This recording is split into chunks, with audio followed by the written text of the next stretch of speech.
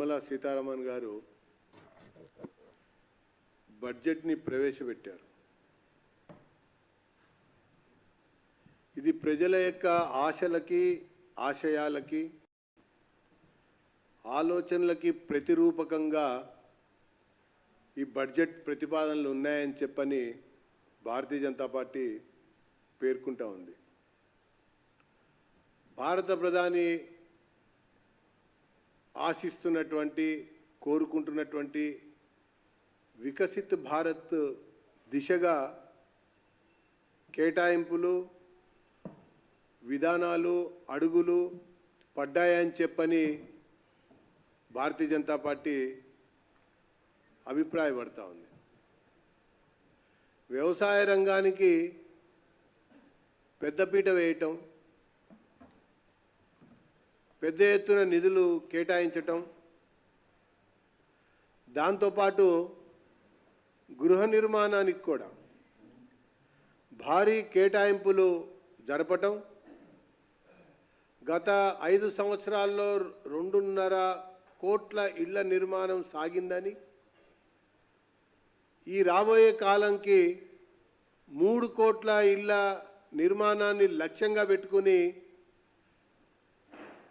కేటాయింపులు జరిపారు. ఇక పోతే మధ్యతరగతి ప్రజానికానికి కూడా ఊరట కలిగించేటువంటి విధంగా ఇన్కమ్ ట్యాక్స్లో కొంత సరళతరం చేసి, స్లాబ్లలో కొంత మార్పులు చేసి, స్టాండర్డ్ డిడక్షన్స్ని 75,000 వరకు పెంచటం, ఆ రకంగా మధ్యతరగతి ప్రజానికానికి ఊరట కలిగించినటువంటి బడ్జెట్గా దీన్ని నేను అభివర్ణిస్తున్నా. ఇక పోతే మధ్యతరగతి పరిశ్రమలు, ఎంఎస్ఎంఈల విషయంలో కూడా ప్రత్యేక దృష్టి కేంద్ర ప్రభుత్వం సారించటం, ఆ రకంగా ప్రోత్సాహకాలని ప్రకటించటం, దాని కొరకు కావాల్సినటువంటి అన్ని రకాల సౌకర్యాల కొరకు మరి ముందుకు వస్తున్నామని చెప్పి పేర్కొనటం కూడా హర్షించదగ్గ విషయం అని చెప్పని నేను పేర్కొంటా ఉన్నా. ఇక పోతే ముద్రా రుణాల యొక్క పరిమితిని కూడా 20 లక్షల వరకు పెంచటం, ఇది స్వయం ఉపాధికి పెద్దపీట వేసేటువంటి ఒక నిర్ణయంగా పేర్కొనవచ్చు. దీంతోపాటు 1 కోటి మంది నిరుద్యోగులకి వివిధ కంపెనీలలో ఇంటర్న్షిప్ నిర్వహించేటువంటి సమయంలో 5,000 రూపాయల వరకు పారితోషికం ఇస్తామని ప్రకటించడం కూడా నిరుద్యోగులకి అనేక రకాలుగా మరి ప్రోత్సహించడమే కాకుండా ఉత్సాహాన్ని నింపినటువంటి ఒక ప్రకటనగా నేను అభివర్ణిస్తా ఉన్నా. ఇక పోతే ఇది ఒక మాటలో చెప్పాలంటే ఇది అభివృద్ధి బడ్జెట్, స్వయం సమృద్ధి సాధించేటువంటి ఒక బడ్జెట్, స్వయం ఉపాధికి పెద్దపీట వేసినటువంటి బడ్జెట్, పెట్టుబడులని ఆకర్షించేటువంటి బడ్జెట్, ఎగుమతులను పెంపొందింపజేసేటువంటి బడ్జెట్, ఉత్పత్తిని పెంచేటువంటి ఒక బడ్జెట్గా కూడా దీన్ని పేర్కొనవచ్చు.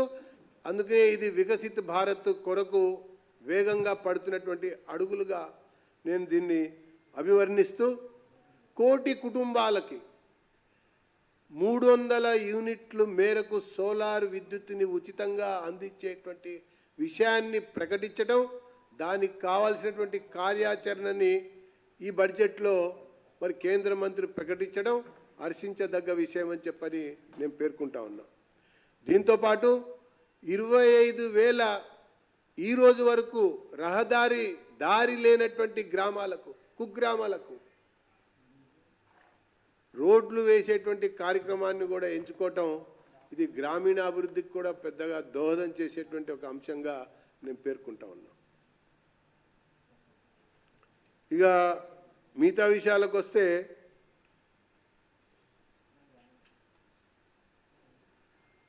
చాలా విషయాల్లో ప్రత్యేకంగా ఈ బడ్జెట్లో అనేక అంశాలను కూడా ప్రస్తావించడం జరిగింది. ఇది ఆచరణాత్మకమైనటువంటి బడ్జెట్ అని చెప్పని నేను తెలియజేస్తా ఉన్నా. ఎందుకంటే ఇది నిర్మలా సీతారామన్ గారు ఇది 7వసారి ప్రతిపాదిస్తున్నటువంటి బడ్జెట్. గత బడ్జెట్ కేటాయింపులు ఖర్చులు ఈ 10 సంవత్సరాల కాలంలో చూసినట్టయితే ఆచరణాత్మకంగా ఉన్నాయి అన్నటువంటిది నిన్న విడుదల చేసినటువంటి ఆర్థిక సర్వేలో కూడా తేలింది, అర్థమైంది కూడా. గతంలో ఉన్నటువంటి ప్రభుత్వాలు ప్రతిపాదించినటువంటి బడ్జెట్ అంచనాలు భారీగా ఉండేవి, వాస్తవాలేమో అసలు ఎక్కడున్నామో తెలియనటువంటి ఒక పరిస్థితిలో ఉండేవి. ఈ రకంగా ఈరోజు బడ్జెట్ సర్వతోముఖాభివృద్ధికి దోహదం చేసేటువంటి బడ్జెట్, సత్వర అభివృద్ధికి దోహదం చేసేటువంటి బడ్జెట్ అని చెప్పని భారతీయ జనతా పార్టీ పేర్కొంటా ఉంది. అన్నిటికంటే ఎక్కువ మౌలిక సదుపాయాలకి మరొకసారి పెద్దపీట వేయటం, అది రహదారుల నిర్మాణమే కావచ్చు, లేదా రైలు లెక్క సంఖ్య పెంచడమే కావచ్చు, స్టేషన్ లెక్క అభివృద్ధి కావచ్చు. వీటితో పాటు పారిశ్రామిక క్లస్టర్లని ఆయా రాష్ట్రాల యొక్క జోన్స్ని బట్టి కొత్తగా ఒక 100 క్లస్టర్లని కొత్తగా ఏర్పాటు చేస్తామని అనటం, ఇది ఉపాధిని పెంచేది, ఇది ఉత్పత్తిని పెంచేది, ఇది ఆదాయాన్ని పెంచేది, ఇది పెట్టుబడులను పెంచేది, ఆకర్షించేది. దాంతోపాటు విదేశీ మార్గద్రవ్యాన్ని కూడా పెంచేటువంటి అవకాశం ఉండేటువంటి ఒక బడ్జెట్గా నేను దీన్ని ఈ సందర్భంగా పేర్కొంటా ఉన్నా. ఇకపోతే రాష్ట్రానికి సంబంధించినటువంటి ఒక విషయంలో విశ్వవిద్యాలయాల యొక్క వైస్ ఛాన్సలర్ యొక్క నియామకంకి సంబంధించినటువంటి విషయం. సెర్చ్ కమిటీలు వేశారు, ఉన్న వీసీల కాల పరిమితి పూర్తయింది. సెర్చ్ కమిటీలు వేశారు, అనేక మంది దగ్గర దరఖాస్తులు తీసుకున్నారు. ఈ దరఖాస్తులలో ఆ దరఖాస్తుల యొక్క పరిశీలనలో పారదర్శకత లోపించిందని చెప్పని అనేక విషయాలు మా దృష్టికి వస్తూ ఉన్నాయి.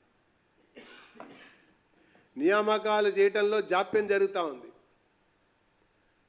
రోజు రోజుకి రాజకీయ ఒత్తిళ్లు పెరుగుతూ ఉన్నాయి. ఇంకా చెప్పాలంటే బేరసారాలకు దిగుతూ ఉన్నారు. ప్రభుత్వం యొక్క సహకారంతో ఉన్నటువంటి ఒక విశ్వవిద్యాలయాల్ని గత ప్రభుత్వం నీరుగార్చింది, నిర్వీర్యపరిచింది. ఈ ప్రభుత్వం కూడా అదే పందాలో పయనిస్తూ నీరుగార్చడానికి ప్రయత్నం చేస్తూ ఉంది. ఈ రోజు వరకు కూడా విశ్వవిద్యాలయాల్లో ఉన్నటువంటి నియామకాల పైన ఈ ప్రభుత్వానికి, రాష్ట్ర ప్రభుత్వానికి స్పష్టత లేదు. నియామకాలని జరిపేటువంటి విషయంలో, ఖాళీలని భర్తీ చేసేటువంటి విషయంలో ఇంకా ఆలోచననే ప్రారంభం కాలేదని చెప్పని నేను పేర్కొంటా ఉన్నా. ఇకపోతే రాష్ట్రంలో గత ప్రభుత్వం నియమించినటువంటి ఒక వైస్ ఛాన్సలర్లు అనేక విశ్వవిద్యాలయాల్లో అక్రమాలకు పాల్పడ్డారని, అవినీతికి పాల్పడ్డారని, కొంతమంది జైలుకి వెళ్ళొచ్చారు, కొంతమంది ఏమో అర్ధాంతరంగా రిజిస్ట్రార్లు రాజీనామా చేసి మేము తప్పుకుంటున్నామని కూడా పేర్కొన్నారు. వీటిపైన పూర్తిగా సమగ్ర విచారణ కూడా జరగవలసినటువంటి అవసరం ఉంది.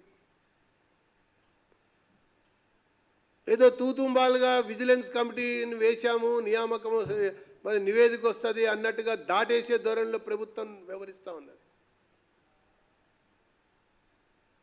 ఒకవైపున వామపక్ష భావాలు, వామపక్ష పార్టీలతో మొన్న శాసనసభ ఎన్నికల సమయంలో పొత్తులు సరిగ్గా కుదరలేదు, సీట్లు సరిగ్గా కేటాయించలేదన్నటువంటి ఒక అభిప్రాయంలో ఈ విశ్వవిద్యాలయాల్ని, ఆ యొక్క నియామకాల్ని ఈ వామపక్ష పార్టీలకి ధారాదత్తం చేయాలని కాంగ్రెస్ పార్టీ ఆలోచన చేస్తున్నట్టుగా కనబడతా ఉంది. ఈ విషయంలో చాలా తీవ్రంగా భారతీయ జనతా పార్టీ పరిగణిస్తుందని చెప్పని నేను పేర్కొంటా ఉన్నా. మరి ఈ యొక్క విశ్వవిద్యాలయాల యొక్క వైస్ ఛాన్సలర్ల యొక్క నియామకానికి సంబంధించినటువంటి విషయంలో ఒక స్పష్టమైనటువంటి విధి విధానాలతో ఈ ప్రభుత్వం శాసనసభలో ముందుకు రావాలని చెప్పని నేను ఈ సందర్భంగా డిమాండ్ చేస్తూ గత నియామకాల సమయం సందర్భంలో వచ్చినటువంటి అనేక ఆరోపణలు అక్రమాలపైన సమగ్ర విచారణ జరిపించాలని చెప్పి కూడా నేను ప్రభుత్వాన్ని ఈ సందర్భంగా డిమాండ్ చేస్తూ బేరసారాలకి రాజకీయ ఒత్తిళ్లకి తల ఒగ్గకుండా ఈ సెర్చ్ కమిటీలు పనిచేసేటువంటి విధంగా చూడవలసినటువంటి బాధ్యత ప్రభుత్వం పైన ఉంది. లేకపోతే బీజేపీ మాత్రం దీన్ని తీవ్రంగా ఒక అంశంగా పరిగణించి మరి ఏ స్థాయిలో ఈ అంశాన్ని లేవనెత్తాలో లేవనెత్తుతామని చెప్పని నేను పేర్కొంటా ఉన్నా.